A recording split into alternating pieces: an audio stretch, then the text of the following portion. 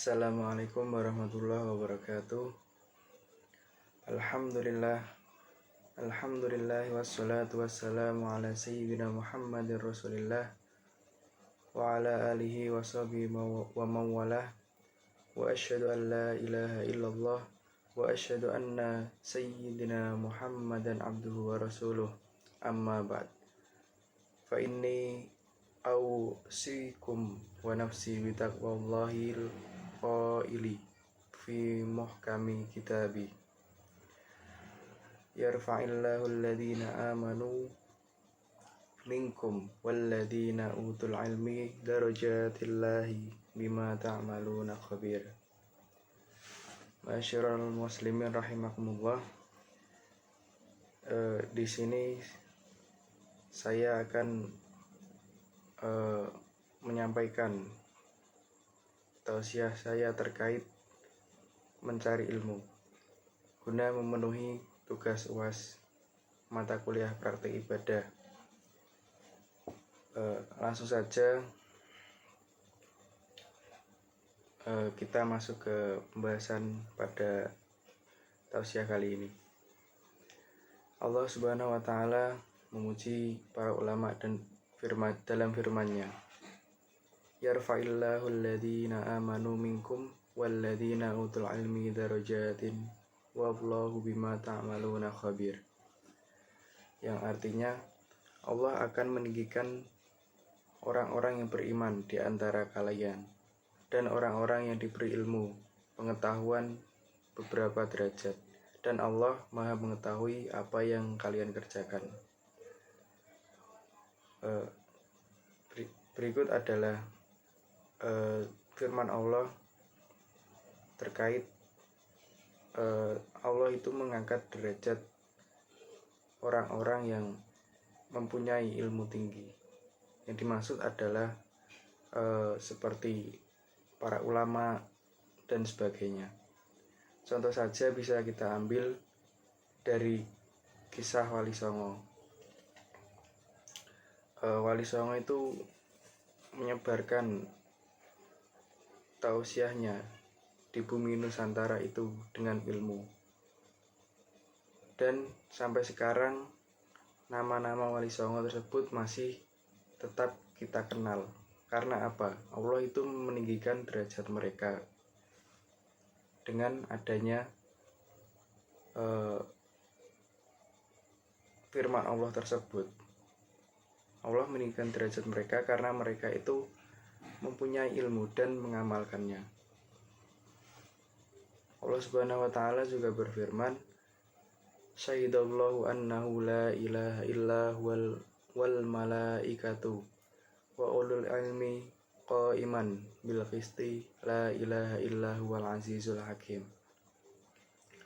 Yang artinya Allah menyatakan bahwasanya tidak ada Tuhan yang berhak disembah melainkan Dia yang menegakkan keadilan, para malaikat dan orang-orang yang berilmu juga mengatakan yang demikian itu. Tak ada Tuhan yang berhak disembah melainkan Dia yang maha kuat lagi maha bijaksana. Yaitu dalam ayat tersebut Allah menyebutkan namanya, lalu malaikat dan para ulama. Hal ini menunjukkan betapa tingginya keutamaan, kemuliaan, dan keluhuran para ulama. Kenapa demikian? Karena para ulama itu menyebarkan tausiahnya itu menggunakan ilmu, dan Allah itu mengangkat derajat seseorang yang punya ilmu. Dalam ayat yang lain Allah juga menegaskan bahwa sungguh tidak sama antara orang yang berilmu dan orang yang tidak berilmu. Allah Subhanahu wa taala berfirman, bismillahirrahmanirrahim, qul hal yastawil ladzi ya'lamuna wal ladzi la ya'lamun. Yang artinya, katakanlah, adakah sama orang-orang yang mengetahui dengan orang-orang yang tidak mengetahui. Quran Surat Az-Zumar. Dari ayat tersebut bisa kita ambil kesimpulan bahwa bagaimana mungkin seorang ulama dengan orang awam itu sama, antara orang yang berilmu dan orang yang tidak berilmu. Sedangkan Allah Ta'ala itu menyatakan bahwa orang yang berilmu dan yang mengamalkan ilmunya adalah yang paling takut dan bertakwa kepada Allah. Dalam ayat yang lain, Allah Subhanahu wa Ta'ala juga berfirman, Inna akramakum indallahi atqakum innallaha alimun khabir. Yang artinya, sesungguhnya orang yang paling mulia di antara kalian menurut Allah ialah orang yang paling bertakwa di antara kalian. Sesungguhnya Allah Maha mengetahui yang tampak dan tersembunyi dari keadaan hamba. Quran Surat Al-Hujurat ayat 13. Dalam ayat tersebut Allah itu menjelaskan bahwa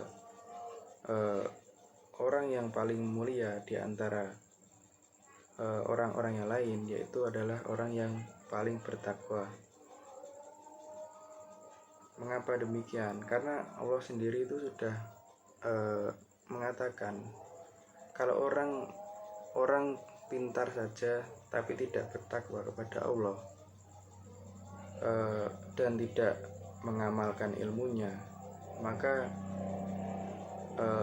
Allah tidak akan mengangkat derajat mereka, karena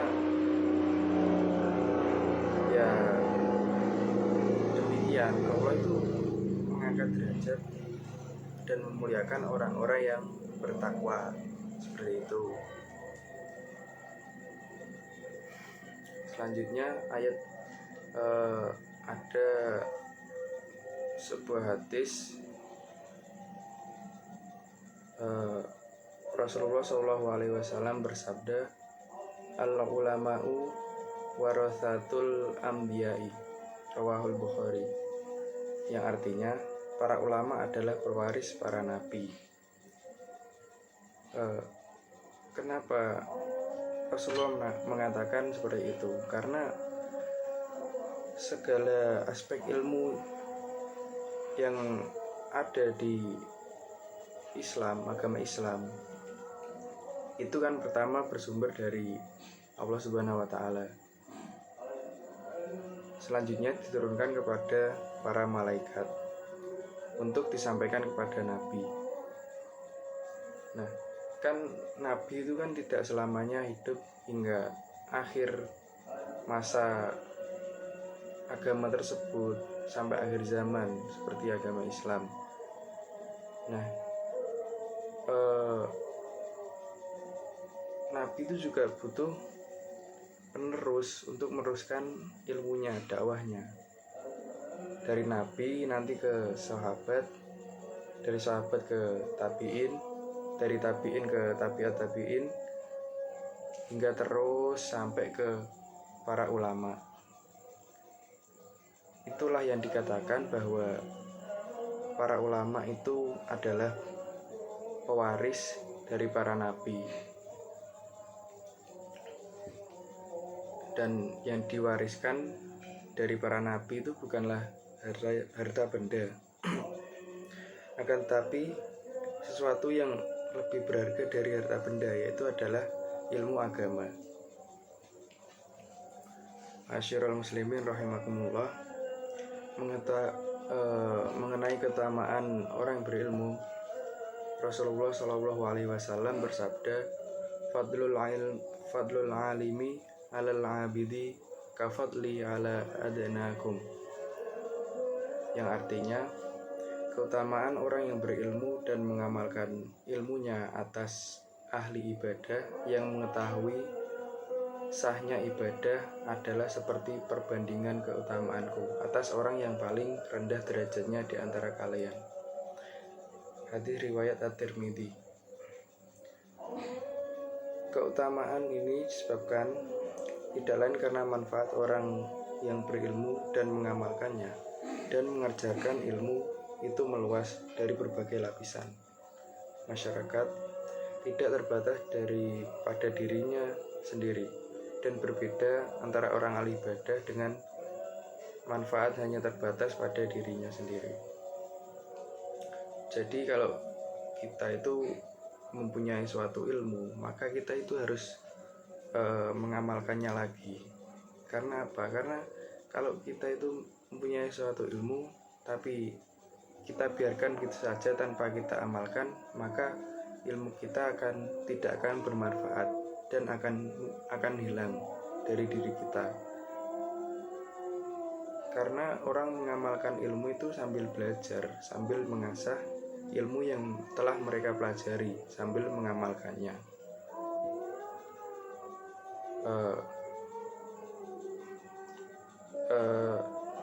Nabi Muhammad SAW memerintahkan agar menuntut ilmu agama dan mengabarkan kepada kita betapa besar pahala yang diperoleh oleh orang yang menuntut ilmu agama. Nabi Muhammad SAW bersabda, "Ya Aba Dzarri, la anta dua fatata'allama baban minal ilmi khairun laka min an tusalli alfa rak'ah." Yang artinya, wahai Abu Dzar, jika engkau pergi lalu belajar satu bab ilmu agama, maka itu lebih baik bagimu daripada melakukan sholat sunnah 1000 rakaat.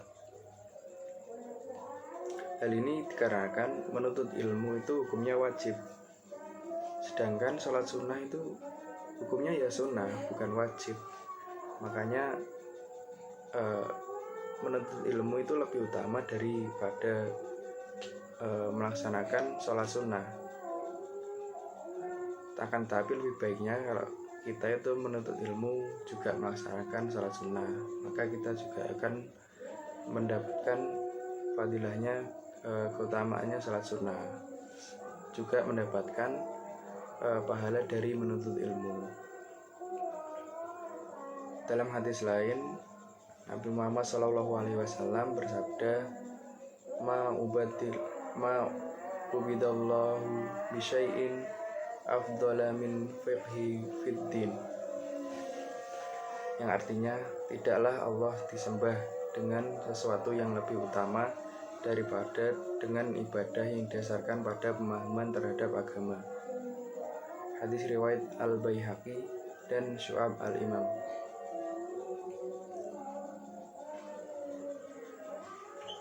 Dalam hadis yang sangat populer di kalangan para santri, Rasulullah SAW bersabda, "May yuridillahu bihi khairan yufaqihu fiddin," yang artinya, barang siapa yang Allah kehendaki baginya kebaikan yang agung, maka Allah akan berikan kepadanya pemahaman yang mendalam tentang ilmu agama, dengan dimudahkan untuk belajar kepada para ulama yang terpercaya.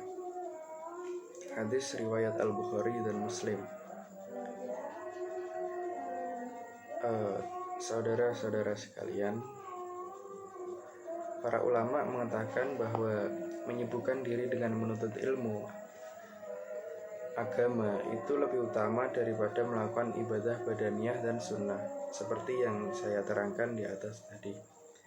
Bahwasanya itu kenapa menuntut ilmu itu lebih utama daripada melakukan sholat sunnah, ya karena kan menuntut ilmu tadi hukumnya wajib, sedangkan melakukan sholat sunnah itu hukumnya yaitu sunnah. Apabila dikerjakan kita mendapat pahala, namun apabila ditinggalkan tidak apa-apa. Mungkin itu saja khutbah singkat, mungkin itu saja ceramah singkat dari saya. Apabila ada kesalahan dalam penyampaian, mohon dimaafkan. Aqulu qawli hadza wa astaghfirullah li wa lakum wastaghfiruhu innahu huwal ghafurur rahim. Wabillahi taufiq wal hidayah. Wassalamualaikum warahmatullahi wabarakatuh.